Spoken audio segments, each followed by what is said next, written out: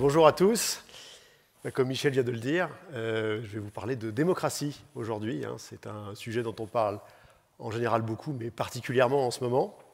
Et je vais vous parler de vote électronique et de vote électronique sur la blockchain. Alors, pour commencer, je pense que quand on parle de vote, le mieux c'est de commencer peut-être par un vote. Et donc, je vais vous poser deux questions. Voilà, la lumière vient, parce que pour compter les voix, c'est quand même plus facile. Première question. Qui d'entre vous est inquiet sur l'état de nos démocraties, pense que effectivement, notre démocratie aujourd'hui fonctionne mal? Voilà. Si c'est de votre avis, levez la main. Voilà. Et ben on a, bon, je ne peux pas compter exactement, mais on a une majorité. On a même une large majorité. Et c'est normal, c'est ce qu'on retrouve dans les sondages. Il y a à peu près 2 tiers des Français, 2 tiers des Américains, enfin 2 tiers des citoyens de nos démocraties occidentales qui pensent que la démocratie va mal. Et maintenant, je vais vous poser une deuxième question. Est-ce que vous pensez que les choses iraient mieux si on écoutait plus les experts? Voilà, est-ce que, par exemple, on prend le changement climatique, vous voyez, il y a le GIEC qui a fait des scénarios, les experts qui nous proposent des solutions. Est-ce qu'on ne devrait pas simplement les écouter, mettre en œuvre pour qu'on ait des politiques publiques plus efficaces? Alors, qui est-ce qui est pour donner plus de pouvoir aux experts? Allez-y, levez la main. Et ben, voilà, à nouveau, on a une majorité un peu plus réduite, mais on a une majorité. Et là aussi, on retrouve ce que nous disent les sondages. En fait, on est tous un peu schizophrènes. On veut tous plus de démocratie et en même temps plus de pouvoir aux experts, alors que voilà, ces experts ne sont pas élus et que d'ailleurs, d'ici 20 ans, ces experts, ce seront plutôt des intelligences artificielles. Demain, ce sera GPT 4, 5, 25 qui nous dira quelles sont les bonnes politiques à mener. Donc ce que j'aimerais vous montrer, moi, cet après-midi, c'est qu'il y a une troisième voie possible. En fait, entre nos démocraties traditionnelles, dont on voit toutes les limites, et puis ce pouvoir des experts qui est en fait un pouvoir de l'intelligence de main artificielle, il y a une troisième voie qui est la démocratie directe numérique. C'est-à-dire que demain, nous pourrons tous voter sur les grandes orientations de notre pays ou sur les mises en œuvre concrètes de politiques. Et cette intelligence artificielle, plutôt que de décider à notre place, en fait, elle nous donnera plus d'informations, plus d'expertise. Cette expertise sera mieux distribuée, à condition que cette intelligence elle-même soit plus ouverte, plus transparente. Et donc, nous serons à même de décider nous-mêmes. Et ça, grâce au vote électronique. Alors, pour beaucoup d'entre vous, je pense que le vote électronique, ce n'est pas forcément une nouveauté. Si vous êtes salarié d'une entreprise, probablement que vous votez déjà aux élections professionnelles de manière électronique. Si vous êtes adhérent à un parti politique, vous allez peut-être voter à des primaires de manière électronique. Vous vous souvenez, ça a été le cas de plusieurs partis. Et si vous résidez à l'étranger, vous aurez voté électroniquement aux dernières législatives. C'est possible maintenant en France.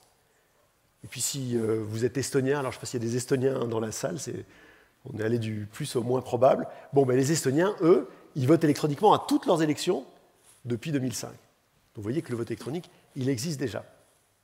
Et probablement que certains dans la salle, au contraire, ont plutôt une connotation négative sur le vote électronique. Quand on intervient dans les médias sur le vote électronique, alors tout de suite, on reçoit des insultes, voire des menaces de mort. C'est un sujet que certains prennent très à cœur. J'espère que ce ne sera pas le cas après cette conférence. Et cette inquiétude, elle est légitime. Parce qu'avant d'utiliser le vote électronique dans nos démocraties, il faut bien sûr qu'il y ait un sujet de confiance. On a confiance dans le vote papier parce qu'on peut tout vérifier. Quand vous allez voter dans un bureau de vote, vous glissez votre bulletin dans l'urne. Si vous n'avez pas confiance, vous pouvez rester toute l'après-midi à côté de l'urne pour voir que personne ne l'ouvre ou ne la truque.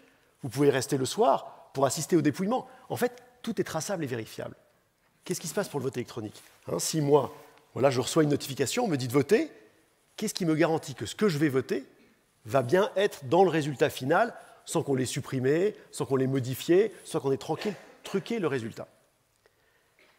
Et aucune des solutions dont je vous ai parlé, que ce soit en entreprise, les Français de l'étranger, l'Estonie, aucune de ces solutions ne permet une vérification satisfaisante.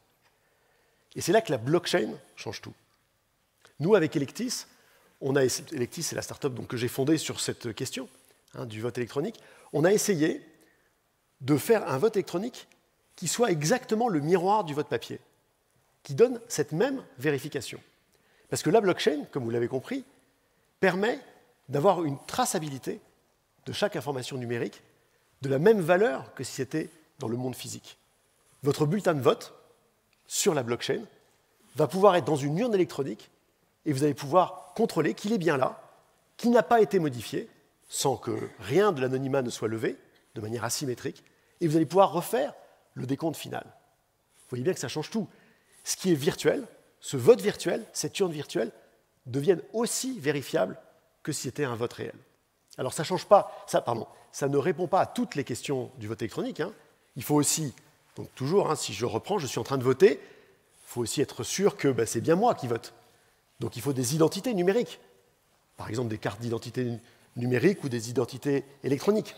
Il faut aussi être sûr que mon téléphone ne me ment pas. Je peux par exemple dire, voilà, Trump ou Biden, je vote Trump, et peut-être que mon téléphone va envoyer le vote Biden dans l'urne. Donc il faut que je sois sûr de mon téléphone, c'est-à-dire qu'il faut qu'on ait des appareils de dernière génération qui ne soient pas attaquables.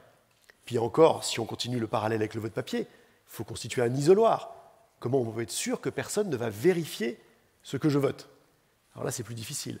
Mais on peut par exemple donner la possibilité de revoter. Si quelqu'un est à côté de moi et vérifie ce que je vote pour acheter ou pour faire pression sur moi, si je peux revoter derrière, on verra bien qu'à la fin, il n'y a pas de pression possible. Et puis, dernière chose, il faut laisser la possibilité à chacun de voter de manière électronique ou avec un bulletin papier traditionnel, ce qu'on appelle des scrutins hybrides. Il n'y a pas de raison de privilégier l'un ou l'autre. Et d'ailleurs, en Estonie, il y a les deux systèmes.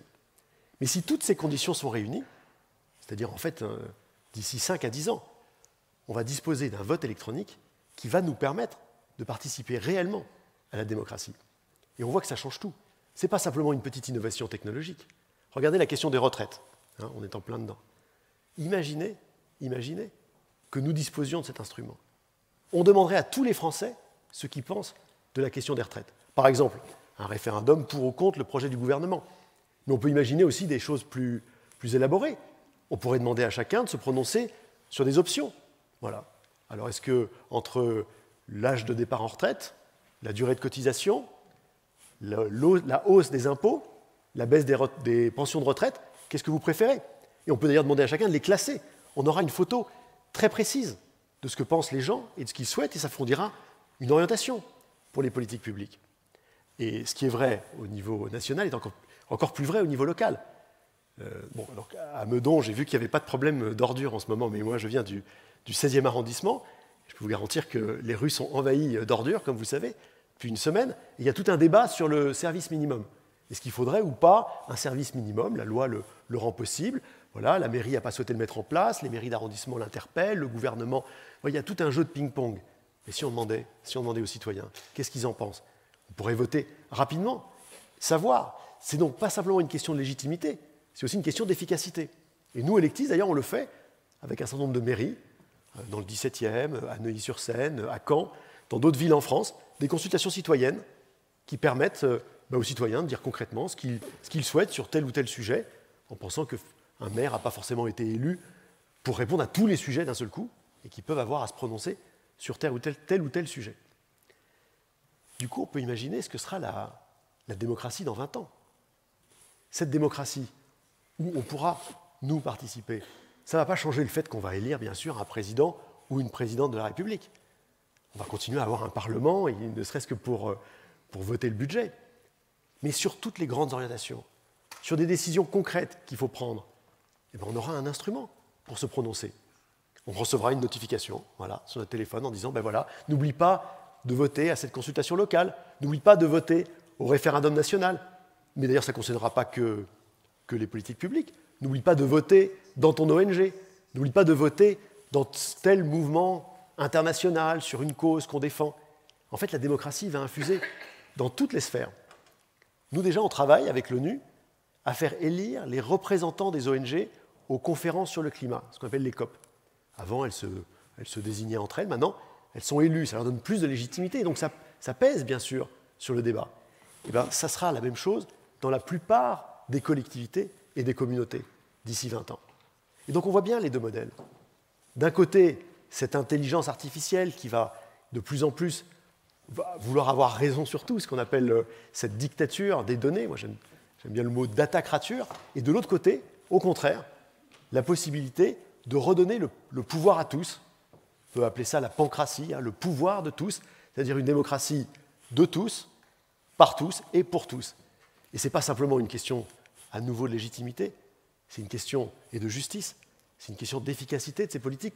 On va pouvoir avoir des solutions qui seront au plus près des convictions de chacun, des idées de chacun, plutôt que d'avoir à voter pour telle ou telle partie d'un bloc qui nous déroulerait toutes ces idées sur toutes les politiques publiques. Non, on va pouvoir, au plus près de nos convictions, exprimer nos souhaits.